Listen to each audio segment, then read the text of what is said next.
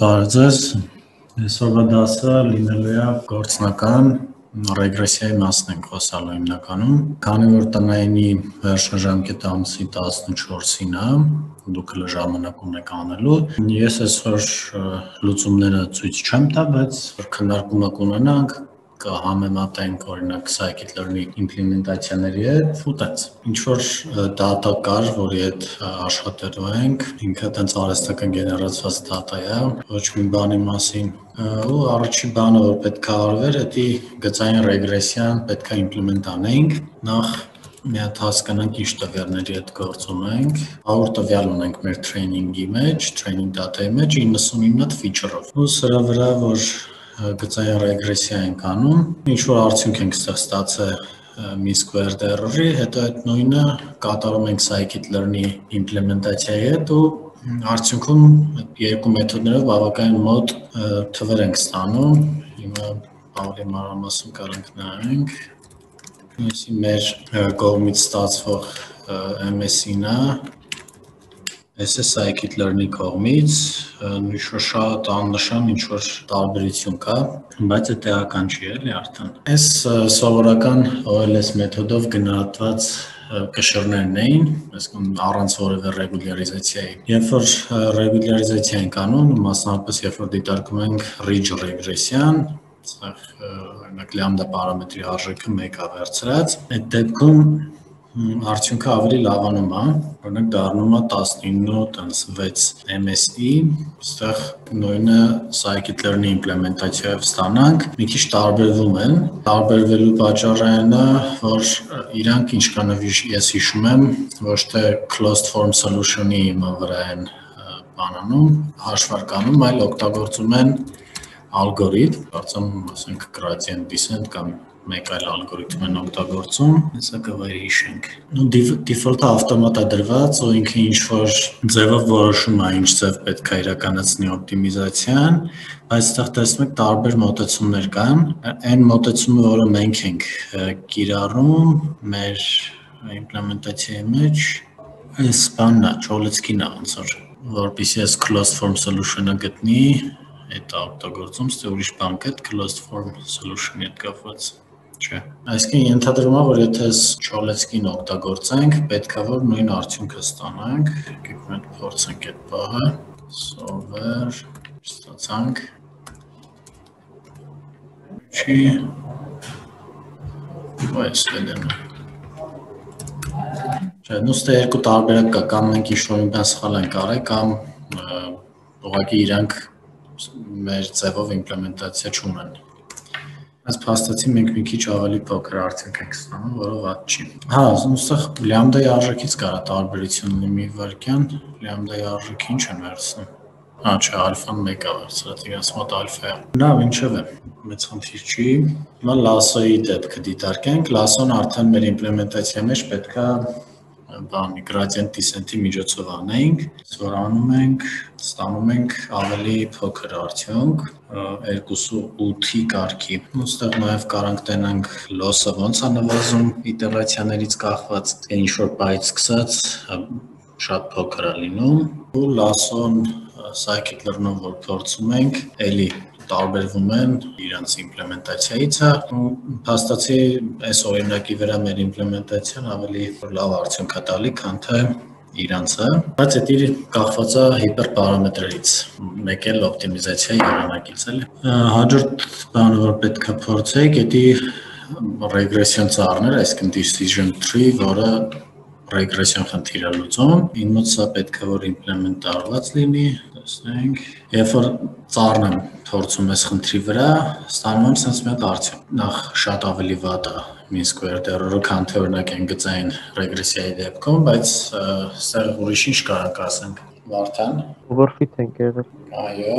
Տիգրանն էլ էր ձեր բարձրացրել։ Տիգրան, օրինակ ինչ կարանք անենք, որ այս խնդիրը վերացնենք կամ մեղմենք մի քիչ։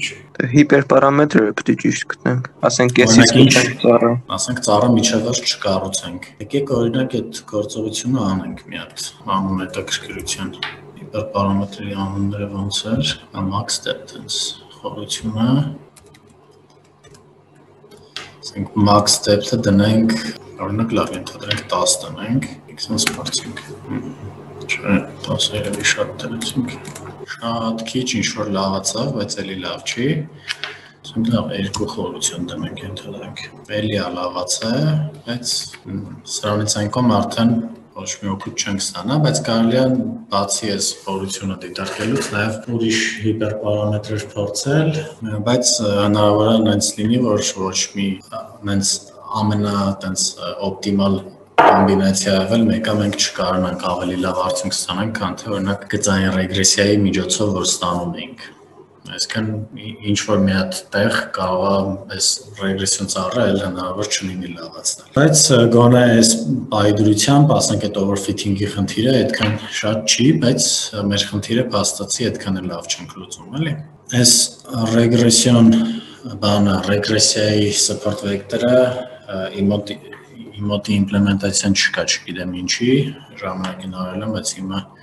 չգտա, հենց որ էսի դուք կանեք, հետո կքննարկենք, եթե չկարողանանք այդ վաղ նոր իրար հետ կանենք, բայց բարդություն պետք է որ չներկայացնի, ուղղակի այստեղ տարբերություններն է, որ երկու հատ փոփոխականից է կախված մեր այդ օպտիմիզացիոն խնդիրը, այսինքն եթե այն դեպքում մենակ մի հատիկ ալֆա ունենք, ալֆա վեկտոր ունենք, որի օպտիմալ այդ արժեքները պետք է գտնենք, այստեղ երկու հատ տենց վեկտոր ունենք, ու ըստ այդ վեկտորների պետք է լուծենք օպտիմիզացիայի խնդիրը։ Դրա համար այս library-ն ավելի հարմար է, քան թե նախորդը։ Այսքան հետ կապված ինչ-որ հարցեր ունեք։ Հիմա փորձենք այս խնդրի վրա հասկանալ բանի այդ ռեգուլյարիզացիայի պարամետրերի ազդեցությունը մեր մոդելի կշիռների վրա։ Խոսքը ստեղ գնում է գծային ռեգրեսիոն մոդելի մասին։ Օրինակ Ridge-ի մեկ էլ լասոյի դեպքում ինչ ոնց որ պատկեր ենք էլի ստանում առասարակ տարբեր ալֆաների կամ լյամդաների կարճ ասած այդ ռեգուլյարիզացիայի պարամետրի արժեքից կախված։ Այստեղ հիմա ինչ է կատարվում, ոնց որ 0.1-ից 10-ը ընկած միջակայքում 100 հատ արժեք ենք վերցնում հավասարահեռ ու ոնց որ այդ բոլոր արժեքների համար train ենք անում Ridge մեկ էլ լասո մոդելներ ու արդյունքները այդ կշիռների արդյունքները պահպանում ենք մի հատ լիստի մեջ։ Ու հիմա մի հատ պատկեր ենք տնենք ինչ ենք ստանում։ Ինչ են այս գրաֆիկների վրա պատկերված, ուրեմն մեկը Ridge-ն մյուսը լասոյի դեպքն է ու ալֆայից կախված այդ ռեգուլյարիզացիայի պարամետրից կախված կշիռների արժեքներն են։ Ու քանի որ մենք ունենք քանի feature ունենք, ոնց որ 99 հատ feature ունենք, եթե չեմ սխալվում, հետևաբար այդ բաներն էլ, կշիռներն էլ իրանք այդ կարգի մի բան պետք է լինեին, եկեք մետ համոզվենք, չլեն 100 հատ, ինչի 100 հատ, 100 հատ էր, եթե 99 էր։ Այն մի հատը մեկն է։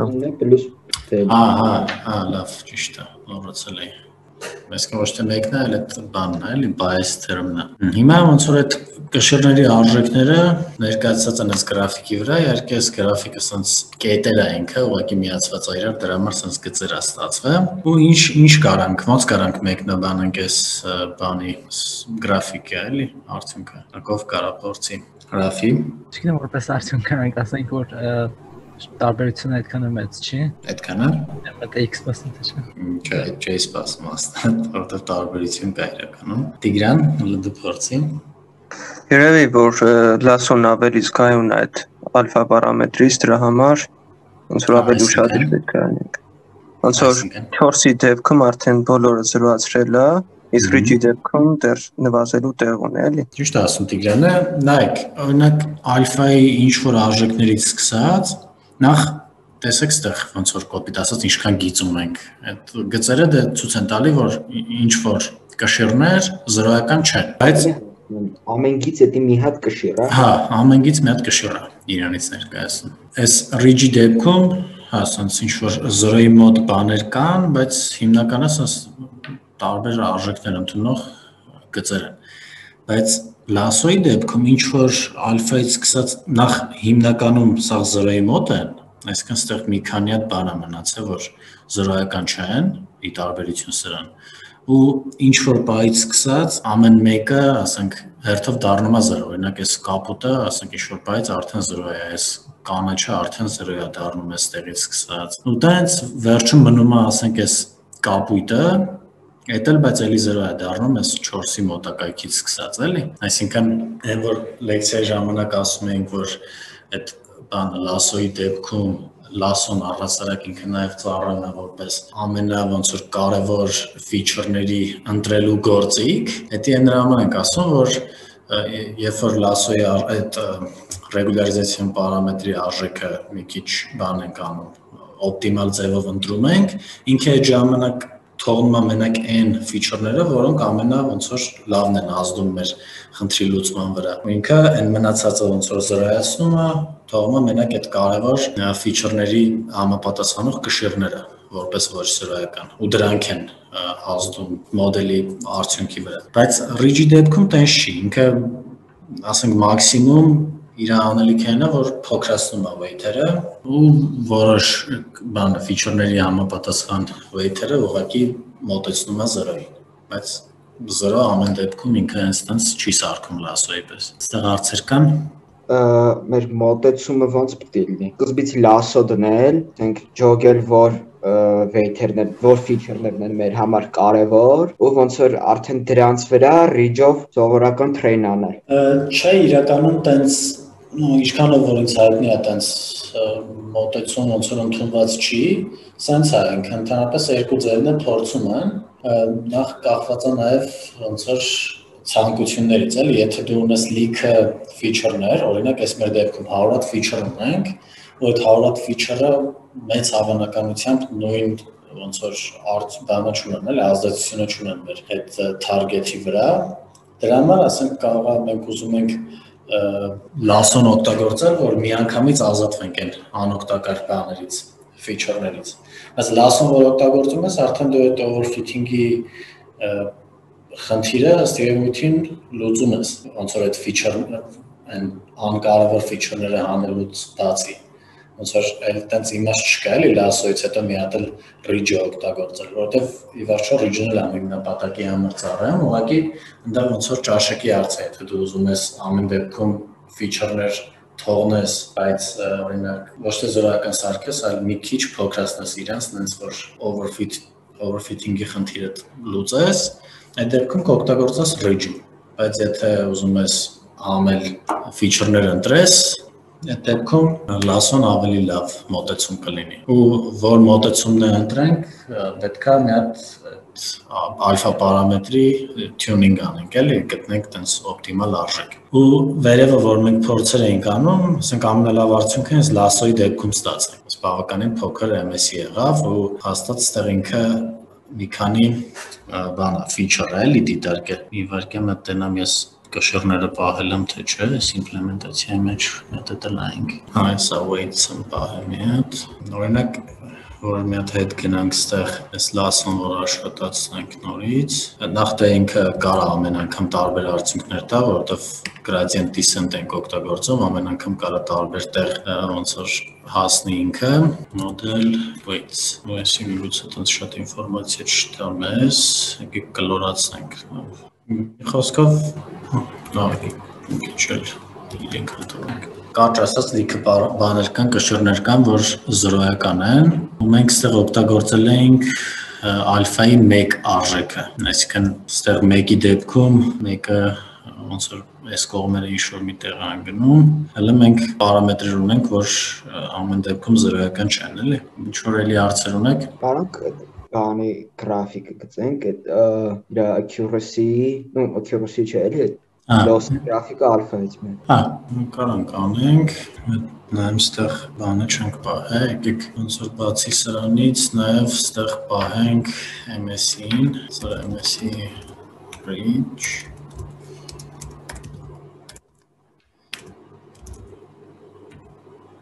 Ոնց ենք բանում predict, try-x, աստեղ մի հատ բան կա, բայց train-ի վրա ենք նայել MS-ին, թե թեստի վրա նայենք, եկեք էսի օգտագործենք, էսի իրական չի,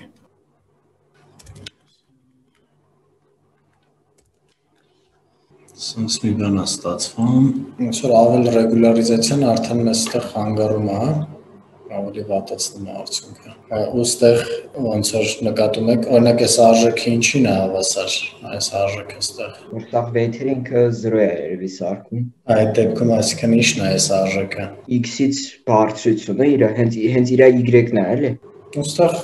վատանում է արդյունքը, կարճ ասած այդ կարանք ասենք, էլի։ Հարորինակ, էս արդյունքը մի քիչ։ Չի ասի, որովհետև մենակ տեստի վրա MS-ին դիտարկելով այդքան էլ ոնց որ բան չի, էլի մետարժի նաև train-ի MS-ին հաշվի առնել։ Նախ ռեգուլարիզացիան նես չի, էլի միշտ ինքը օգուտ է տալի։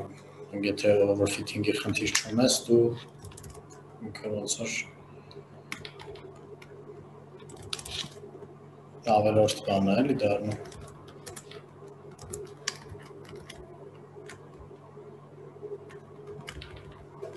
Ուրիշ բանի համար եմ ասում տարօրինակը, որովհետև որ ռեգուլարիզացիա չէինք անում, ինքը այնց ահագին մեծ էր այդ error-ը տալի։ Այս ալֆան որ փոքր ենք դնում, դա կոպիտ ասած նույնն է, որ չանենք, ինքը միանգամից error-ը շատ փոքր է ալու։ Հուսա գալի, որ ալֆան խոսքի 0-ից սկսենք, ինքը սենց վերևից ռեսկի իջնելու է ու սենց հելնի, հա, ինչ որ այդ կարգի։ Չէ, ինչի։ Նախ ալֆա 0 կարանք տնենք իրենց իմպլեմենտացիայի մեջ։ Չգիտեմ 0 թողումա թե չէ, բայց դե 0-ն հասկանում ենք առանց ռեգուլարիզացիայի դեպքը նկատի ունենք, որ դեպքում ինքը ինչ ենք ստացել այս վերևը։ 19-ի կարգին շոր բան էր։ Հուսա գալի մի քիչ շեղվում ենք, ինքը դառնում է 2-ի կարգին։ Դա 59 էր, 59-ի կարգին շոր մի բան էր, որոնց ռեգուլարիզացիայի, ասենք այս կոմերը մի տեղ դելնի, այն է, որ առանց ռեգուլարիզացիա լավ չի,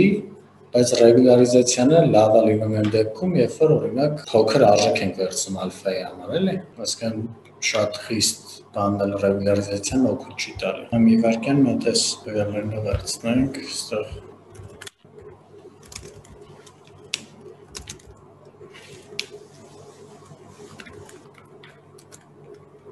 այստեղ իմաստ չունի այս գործողությունը անելին, այստեղ ցիկլը այնտեղ բանի համար ենք ֆռմնենք, ոնց որ կշռների համար ենք ֆռում։ Այս գրաֆիկների վրա մենք ընդամենը 20 հատ ֆիչերներ ենք նայում, այստեղ մենակ 20 հատն է, էլի, որովհետև 20 հատ այստեղ ցիկլը 20-ով ենք ֆռում։ Այստեղ սենց անենք։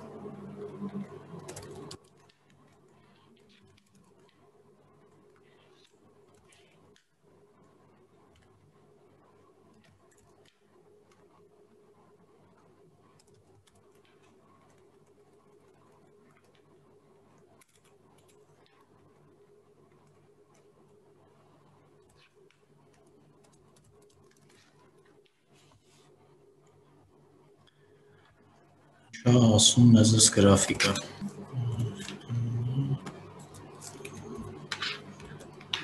Ինչ կարանք ասենք այս գրաֆիկին նայելով։ Մեծ ալֆաների վաղտ overfit է լինում, հա։ Ալֆաների վաղտ։ Այս ինչ որ overfit լինում է ամեն դեպքում, բայց տենց շատ չէ։ Նայեք, այս կարմիրն ու գազարագույնը բանն են, լասոյի դեպքն են, ինքը ոստեղ Ridge-ը լինում է հաստատ, լասոն չէ։ Լասոյի դեպքում կարմիրը train-ն է, գազարագույնը test-ն է, այդքան շատ չի լինում տարբերություն, ու մեզ հետաքրքիր է այսքան մասը։ Բանն է, էսի train-ն է, էսի test-ն է։ Overfitting ամեն դեպքում կա, բայց ոնց որ ալֆայի ամենասկզբնական արժեքի դեպքում այդքանը շատ չի, բայց երբ որ առանց բանի ենք անում, առանց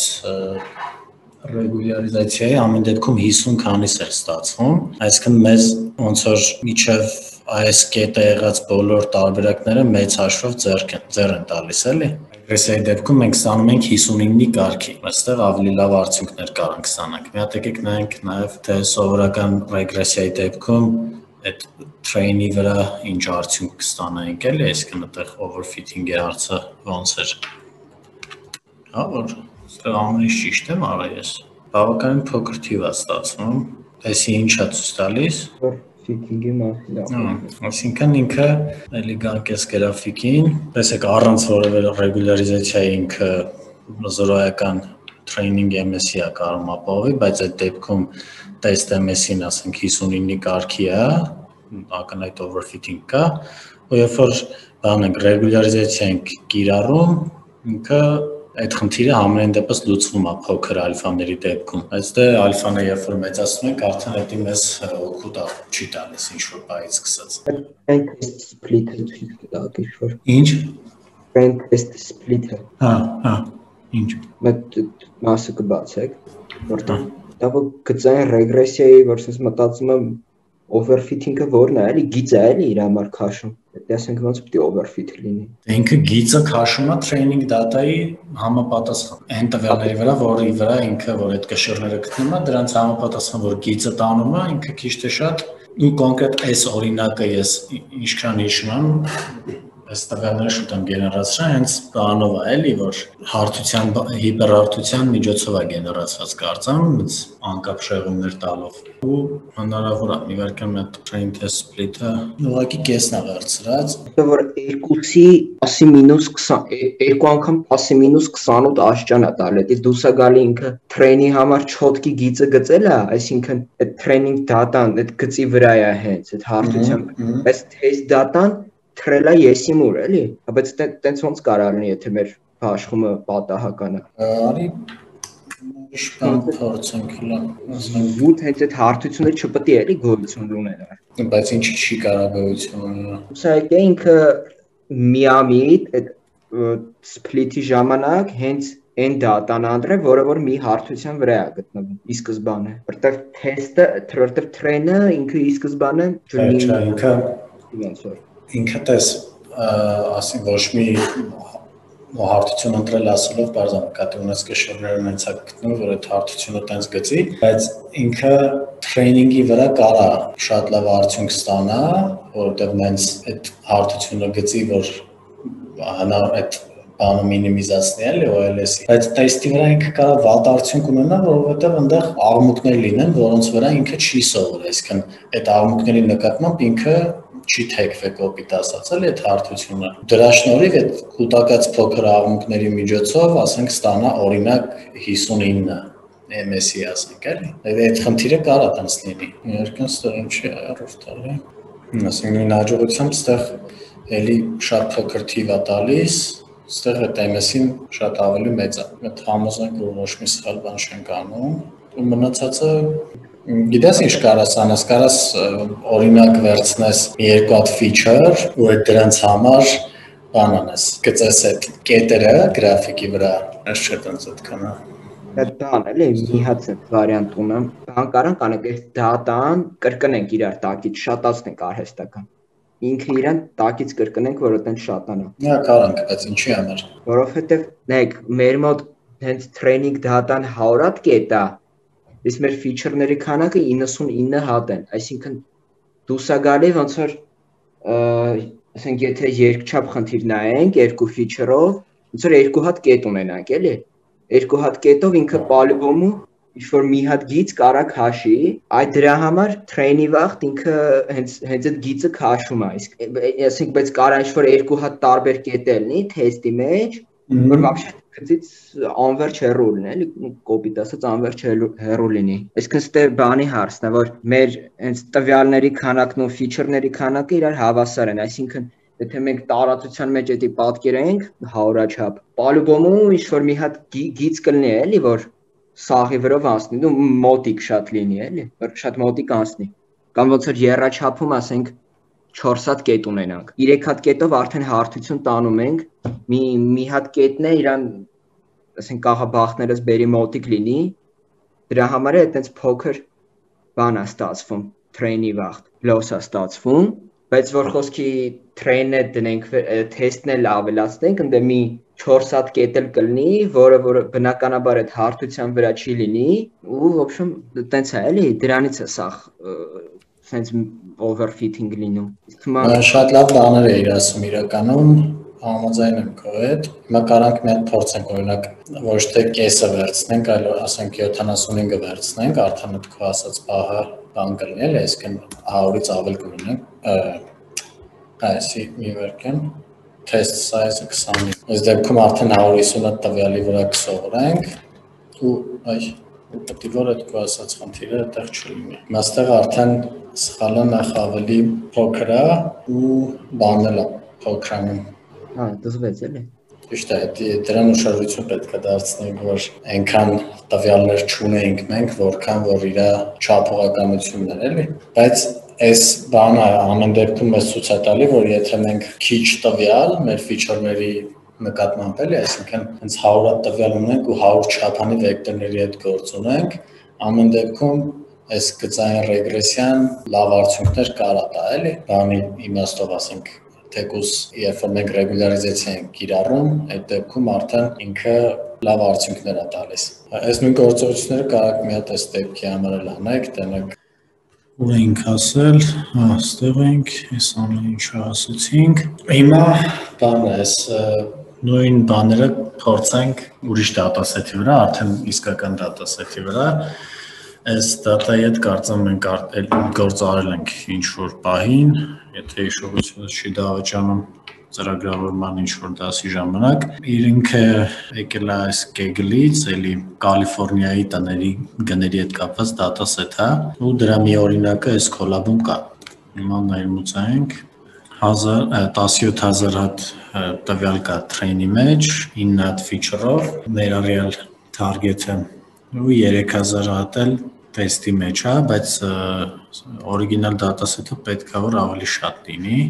ավելի մանրամասն ստեղ կարելի է կարդալ այդ feature-ների մասին։ Այս խնդրի իմաստը այն է, որ փորձենք տան հետ կապված ինչ-որ տվյալներից, իրականում չէ, տան հետ կապված չի, այլ ոնց ինչքան թաղամասերի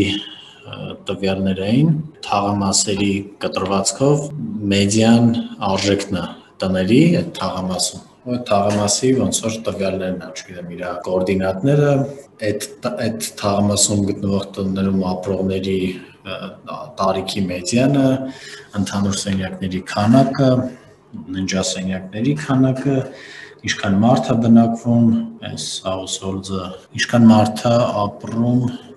մի տան մեջ, այս population ինչ է դեպքում, մի խոսքով։ Ու մեդիան income-ը, այդտեղ ապրողների եկամուտների մեդիան։ Ու այս տվյալներից պետք է predict անել տների մեդիան արժեքը։ Ու այստեղ առանձնացնենք input-ը output-ից, համ train-ի համար, համ test-ի համար։ Լսում եք ինձ։ Նորից նույն խնդիրներ, բայց էլ չի անջատվի։ Հեռող սովը միացա, C ենք աշխատացնում։ Այստեղ բանը ֆունկցիա գրած cross validation անելու համար, որպեսզի ինչ անենք, որ այստեղ պարամետրեր ենք, չէ, ուղղակի ոչ թե պարամետրեր ենք ընտրում cross validation-ի միջոցով, այլ զուտ ուղղակի գնահատական ենք ստանում այդ MS-ի հետ կապված, օրինակ այստեղ lasso-ն ենք վերցնում, այստեղ բաց թողած բաներ կա ոնց որ X-train-ը, Y-train-ը ոնց որ Չա կատարվում, ուղղակի որպեսզի բան չանենք, այն test data-ն, որ առանձին ստեղ պահել ենք, իր հետ ոչ մի գործ չանենք, իր վրա ոչ մի բաներ չփորձարկենք, ոնց որ սա ամեն ինչը անում ենք հենց train-ի վրա, ուղղակի որպեսզի մի քիչ ճշմարտանման բան ստանանք, գնահատական ստանանք այդ MS-ի վերաբերյալ, ուղղակի օգտագործում ենք cross validation, ստեղ alpha-ի արժեքը 10 ենք վերցրել, ուղղակի, չգիտեմ, որպես օրինակ է երևի էդի արած, ամեն դեպքում ստեղ ոչ թե MS-ին է վերադարձված, RMS-ին է վերադարձված, այսինքն armat MS-ին ու ստեղ այդքանը lasso-ի կողմից, մի հատ տենանք ստեղ ինչ ենք անում, ուրեմն այս ռեգրեսիայի ժամանակ, ընդհանրապես գծային ռեգրեսիայի լավ կողմերից մեկն է, որ այդ մոդելը մեկնաբանելի է։ Այսինքն մենք երբ որ վերջնական մի հատ մոդել ենք ստանում, այդ մոդելի կշիռները կարանք ինչ-որ ձևով մեկնաբանենք։ Մենք հիմա այն ինչ-որ երևում է ձեզ, այս ամեն ինչը ստացվում է այս stats model API-ից օգտագործելով այս բանը, SM մոդուլի այդ բանը, OLS մեթոդը, ձեր իմացած ձևով մոդելը train անում, ուղղակի այստեղ նաև իրանք support են անում այս տիպի summary display անելը, այսինքն մենք կարողանում ենք այստեղ տենալ բոլոր մեր feature-ները, իրենց համապատասխան կշիռները ու ելի մի շարք բաներ, տվյալներ, որոնք վերաբերվում են վիճակագրությանը, իհարկե իմ շատ չեմ ծավալվի այս վիճակագրական բաները ձեզ ներկայացնելով, ում որ հետաքրքիր է խորհուրդ եմ տալի կարդալ, ինչ ինֆորմացիա են մեզ տալի այս տվյալները օրինակ, դե սրանք իրենց կշիռներն են, ու երբ որ ասում եմ ես հնարավոր է մեկնաբանել այս կշիռները,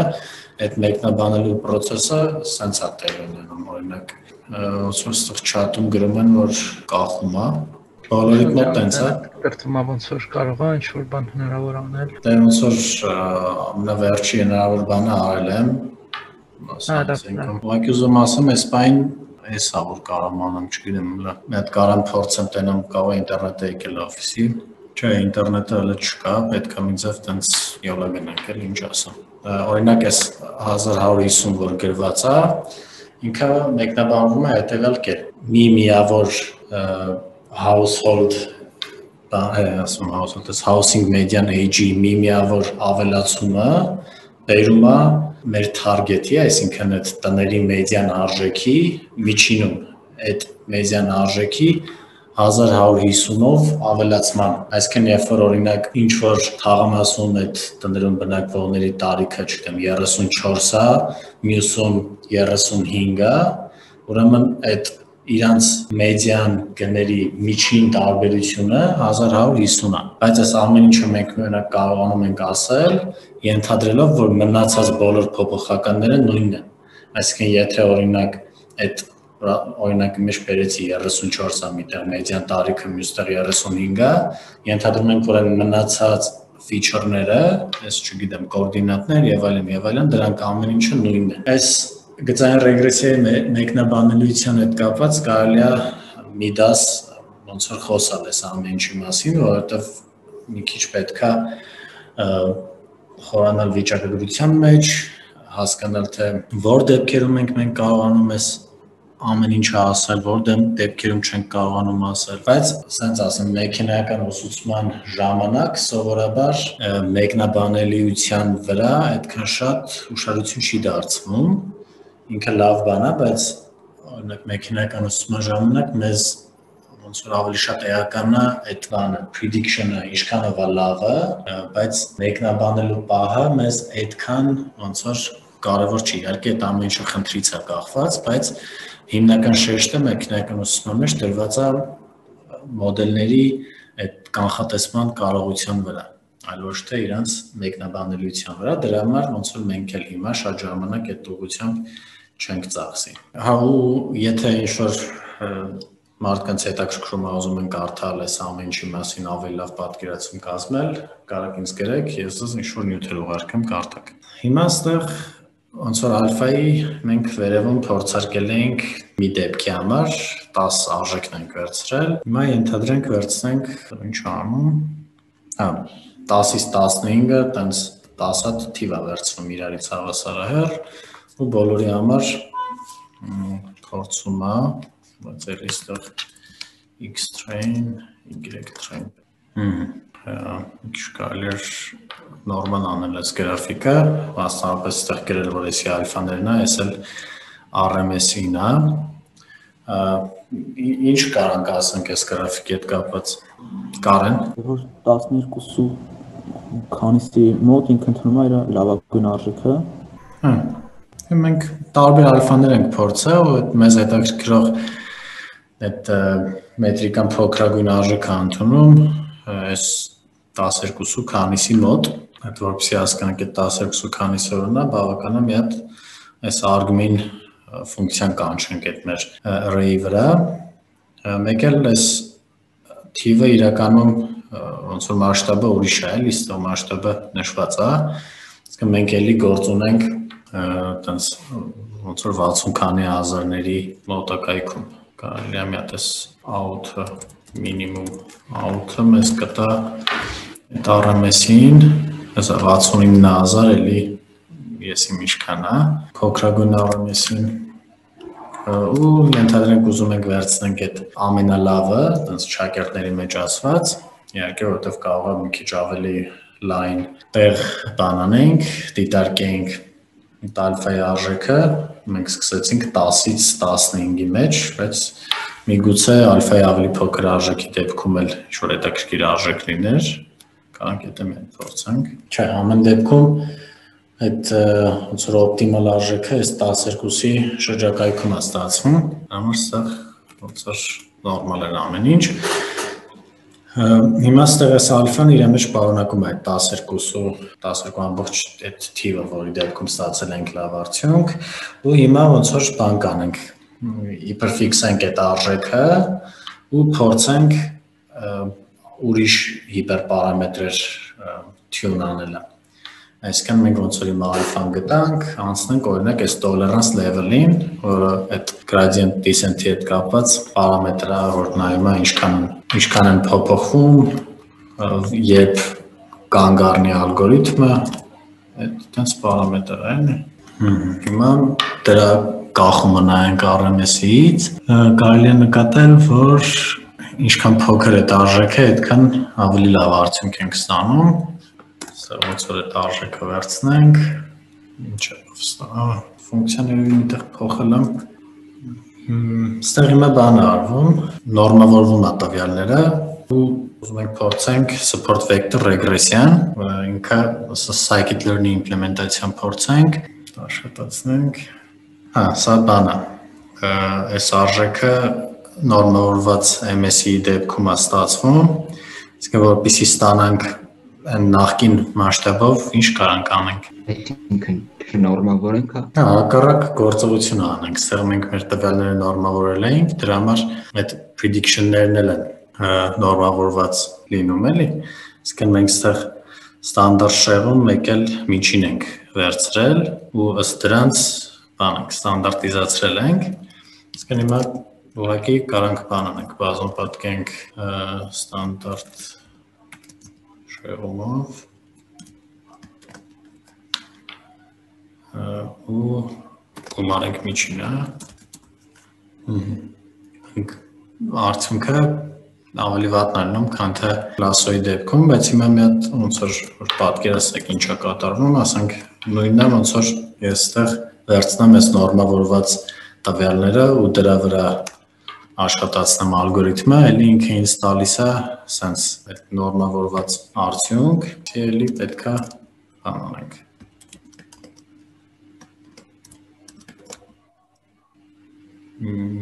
Ինչ-որ մի բան ինչ եղավ։ Այս նորմավորելու պատճառով ինքը ամեն դեպքում ուրիշ ձև է սովորում, դրա համար կարող ուրիշ լինի։ Էդ էլ է շիշտ ասում, բայց մի մերկեն պետք է որ դա շատ տարբեր չլինեին։ Ինչ նորմավորվածի վրա բան անենք, support machine vector անենք։ Ամեն դեպքում քիչ տվյալներ են վերցնում, ոնց որ ինքը բավական դանդաղ աշխատում։ Թե չէ։ Կարող է տոպշի վրա փորձենք։ Կարող ձայն կերնել դնենք ավելի արագ լինի։ Ինչ դնենք։ Ձայն կերնել, ինքը ձայն, default-ը ինչ է իր այ։ Default-ը նայեցի բանն է, էքսպոնենցիալն է, RBF-ը։ Ինքը երիք չի դանդաղ, մի հատ մենք cross validation ենք անում, այսինքն մի 5 հատ մոդել ինքը train անում է, դրա համար եկեք ես stop տամ, դուք հետո կփորձեք։ Մի խոսքով այսի դուք այս dataset-ի հետ հետո փորձեր կանեք, ինչ փորձի մասն է խոսքը գնում, տարբեր մոդելներ փորձեք, ձայն ռեգրեսիա, տարբեր պարամետրեր փորձեք բան անել, tune անել, փորձեք այն բոլոր ալգորիթմները, ինչ որ մենք անցել ենք, օրինակ random forest-ել ենք անցել, ճիշտ է, տենց բաց այդ կերպով չենք խոսացել random forest-ի ռեգրեսիայի համար կիրառության մասին, բայց քանի որ խոսացել ենք decision tree-ի մասին, թե ոնց ենք կիրառվում ռեգրեսիայի դեպքում, random forest-ը արդեն պետք է որ պարզ լինի։ Ոչ մի տարբերություն չկա, ուղղակի այդ ծառերը, որոնք պատահական տվյալների վրա train են արվում, իրանք ռեգրեսիոն ծառեր են ու ռեգրեսիայի խնդիր են լուծում։ Ու այն բոլոր ensemble մեթոդները, որ անցել ենք, չգիտեմ, այնտեղ ինչ կար, bugging, stacking եւ այլն, այդ բոլոր մոդելները իրանք ռեգրեսիայի համար էլի օգտագործվում են, բայց այն վերջում, եթե մենք վերցնում ենք majority vote-ը, դրա փոխարեն այստեղ վերցնում ենք ուղղակի միջինը։ Իսկ եթե տարբեր մոդելների արդյունքը ուզում ենք համախմբենք, ուղղակի այդ մոդելների տված արդյունքները միջինացնում ենք ու այդ համարում ենք որպես ensemble-ի prediction։ Ну, միջինացնելուց բացի կարելի է ուրիշ ձևեր էլ մտածել, բայց միջինացման այդ գործողությունը ամենը տարածվածն է ռեգրեսիայի համար։ Դուք ինձ որ բայից չէիք լսում։ Այն ensemble-ները թվարկելու ընթացքում։ Ուրեմն staking ու bagging-ից հետո։ Միտքս այն էր, որ այդ բոլոր ալգորիթմները կարանք էլի կիրառենք ռեգրեսիայի դեպքում, ուղղակի ամենավերջում միջինացնում ենք, այլ ոչ թե օրինակ վերցնում ենք majority vote-ը, որ անում ենք կլասիֆիկացիայի դեպքում։ Գծային կերնելով sense արդյունքը ստացվում։